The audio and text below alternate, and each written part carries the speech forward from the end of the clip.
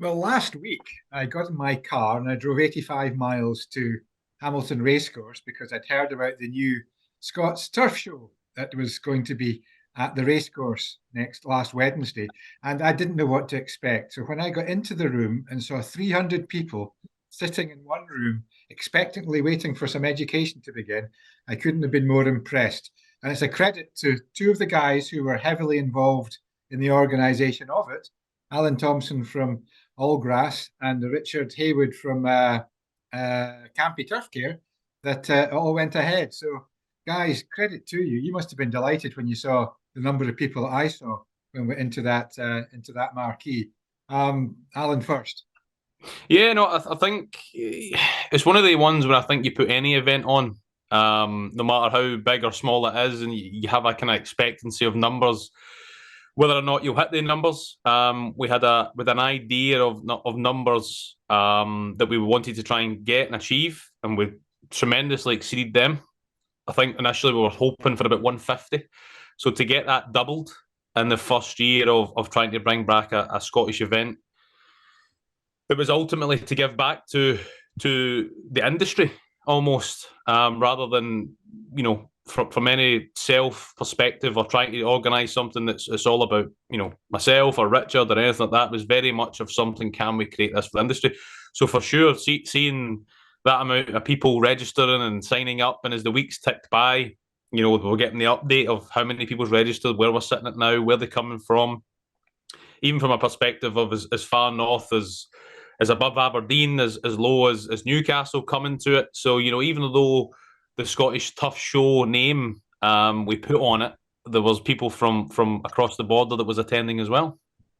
And then I'm back in the room, by the way, guys. I just get cut off there. I do apologise. No problem. Caught you out in the road. I can see that. Richard, Yeah. Are you having to move? Yeah, just give me a minute. Okay. We'll see you. Put your hands on at 10 to 2 now. Now we're good. Now we're good. Just to show that you're the man working here. Richard, how did it come about? Where did the idea come that having the show was a viable option and something you should look to push forward?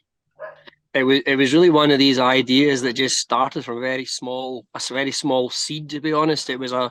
I think if we go back far enough, it was sitting in the Pizza Hut chewing the fat about Scotland and the fact that surely with the market that we have up here, there has to be an appetite for a trade show. We started with small things. We started at Falkirk Tryst. We put a small event on. 6 companies got together. We saw a great pickup. We had 120 to 130 people there. We thought, what? When was that, Richard? Well, unfortunately, this was just March 2020. So we saw a great uptake, a great appetite for that kind of event.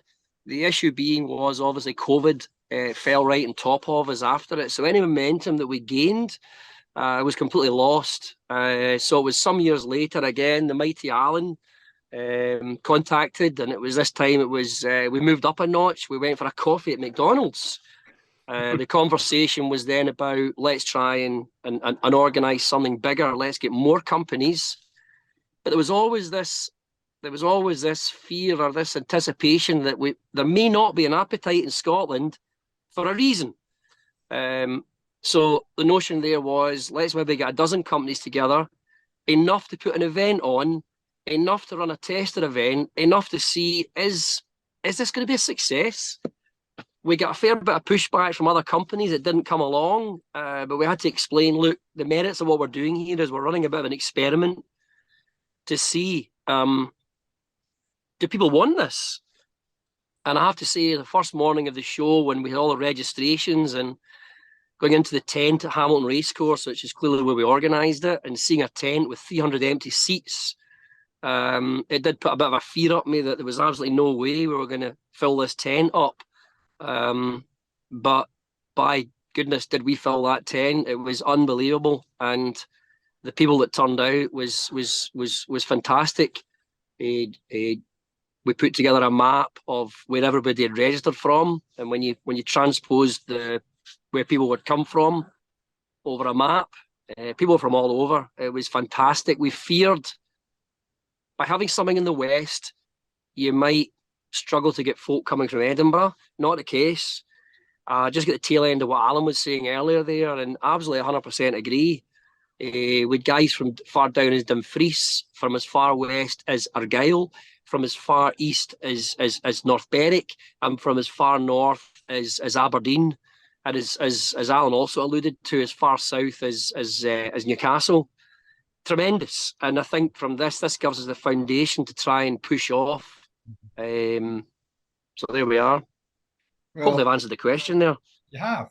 This is your go now, Alan. They do say build it and they will come, but that doesn't reflect on all the hard work that goes into putting something together. So how did you go about organising such a successful event? Well, I think going back to when we first done it and we had that little taster back in 2020, it kind of showed that, okay, this is an option to try and do it. And then when eventually we got to the point of creating this one this year, it was a case of finding the venue that fitted the glove, shall we say. We had a few venues in mind. We looked at a few. Again, trying to get it more centralised, where it was easy access. It could hold the amount of cars. It could take the amount of people in the one place. And Hamilton Racecourse done that.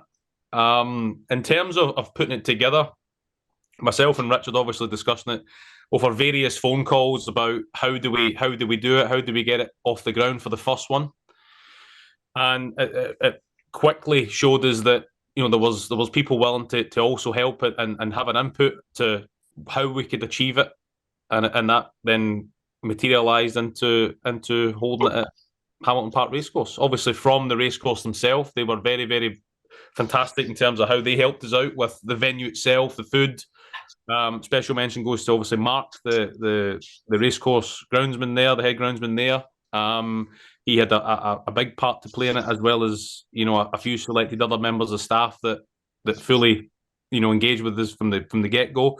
Of course, there was a lot of background staff at Hamilton Park Racecourse that we probably didn't see. The catering staff that done a lot of hard work and put a lot of things into it. But the biggest thing for us was getting the companies on board to buy into it.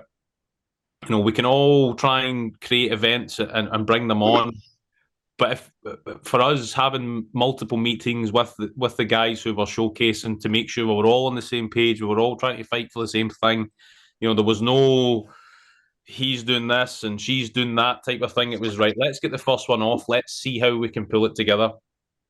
And I was explaining to a few people in the sense that, let's say there's 100 companies there and there's 100% in the pot. As all companies, we have 1% each. And if we all do our bit right, we can create that full circle. And I think we did do that. I think, we learned a lot of stuff that we can improve on, but certainly, from myself and Rich's perspective, and obviously I can't speak for him, but I'm sure he'll agree here that, it's great that the both of us managed to pull it together and we've done the driving force behind it, but ultimately all the companies coming together made it happen. Now, for those people who weren't fortunate enough to be there, the format was that you all met and had a bacon roll, and there was a couple of talks, 20 minutes each talks, and then out to have a look at the outdoor area, and there was quite a bit of kit there. Followed on from that, bit of lunch, 2 more sessions, 20-minute sessions from respected speakers, and that was it. So there was 4 talks plus the opportunity to have a look and kick the tires, and a good event as well. Would that sum it up, Richard? That does sum it up. We were really mindful of the fact of the mix of speakers as well. We had to put an event on that when the leaflet came through the door or the email came into your inbox, you looked at the event as a professional grounds person and you went, I want to go to that. And I think hopefully we achieved that. The event itself, with 4 fantastic speakers, and a big thanks to every one of them. They really did help put a gloss on the day. Also the machinery outside, with a fantastic array of machinery on display. We did close at the end around about 2 o'clock and did suggest that people can go back out and go and speak to any sales reps that were still available. We were on site until later on. We opened the bar up at 2 o'clock so that people weren't feeling they were getting rushed out the door. But one thing we're just going back to with regard to the trade, this is very much a trade-driven thing. And one thing we have to be all mindful of is that trade shows can be very expensive. And from our perspective, we decided to work to a budget. We needed a certain amount of trade people involved so that we could get to that budget. We knew how much the venue was going to cost. We knew how much the food was going to cost. And I think we managed to pull it in and offered some great value for money. Originally, we were looking at this event costing the companies £300 a head, but such was the success, we had to boost it up, and it was only £350 per company to exhibit for a day, which I think is tremendous value for money, especially in this day and age when there's pressure on every part of the running and the financing of business. Spoken to a few people who exhibited, and everybody has said they lifted inquiries, they got interest, they've got quotations to do. So I think on that basis, it was successful. I just finally, me and Alan were very mindful of the fact that all of the presenters, it had to be non-commercial, it had to be interesting, informative and educational. That was the premise of the speakers that we had to have. There had not been any commercial sales presentations. And that was something we were very, very mindful of from the very, very beginning, and put on what would be an interesting and entertaining and enjoyable day. Hopefully we've achieved that. I think you did. But now the $64,000 question, if that's enough these days, it should be a bit more with inflation, shouldn't it? Plans for the future. Alan, do you want to take that one? Yeah, so I think in the lead up to it, when we've seen the interest, probably the week prior to that, I think me and Richard had a premature conversation with can we start looking at 2024, and we started to roll some ideas back and forward, how we would maybe structure it, how we could maybe advance it, how we can progress it to the next level. And that came apparent quite quickly that, making advancements, more companies opening up to as many trade as wants to showcase, as many, companies want to do some seminars and things like that. And that got the ball rolling a little bit, probably prior to the show. Then on the day of the show, I think we've seen how successful it was. And it got to the point where it was a case of, can we have this quiet word about a date or availability or for next year? And that transitioned into having that conversation with the racecourse for next year. But even just on the structure, I think having a lot more companies who wish to attend on the day and wish to showcase on the day, doing the seminars a little bit differently, where it's a bit more, one-on-one or a wee bit more intimate to that group, where there's multiple areas in the grandstand and the boxes above that they can be used for seminars, so companies can showcase to 25 people up there or 10 people or however many they want to do. Downstairs in the grandstand, there's space for up to 50 or 80 people, a bit smaller seminars. Obviously, being the first one this year, we had it all on the marquee, which is a fantastic marquee that it is. I think for when it's seminars and you're trying to do a little bit of education, a little bit more kind of smaller groups would be better for that. Even to the point where, we've already had inquiries for different companies that wish to attend and showcase. And I think the biggest thing is changing the scope of the day. And this is something that Richard kind of hit the nail on the head with, was rather than having it as a regimented, this time, is having, more of the show opens at 9 o'clock and the doors close at 2:30, and you can come and go at your leisure. Obviously, with certain seminars, of course, the time structured for that. When they register, can we give them a voucher for their lunch or their food, and they can have that when they attend. And it gives people a wee bit more flexibility in terms of their working day, where, they might be able to turn up at 11 o'clock or 9 o'clock. Certain people might want to do certain seminars, even to the point where, people might send half their team from that facility in the morning and maybe half the team in the kind of mid-morning, so that they can still get their work done at the facility. But I think when we really strip it all back, and it's something that, well, I've mentioned before, and I'll say it again. When me and Richard were playing with this at the beginning and trying to come up with a name, and we're talking about the name Scots Turf, and we knew that was there previously, and then we said, well, we'll play on the name, we'll call it the Scots Turf Show, and it gave everybody that kind of, what is that about?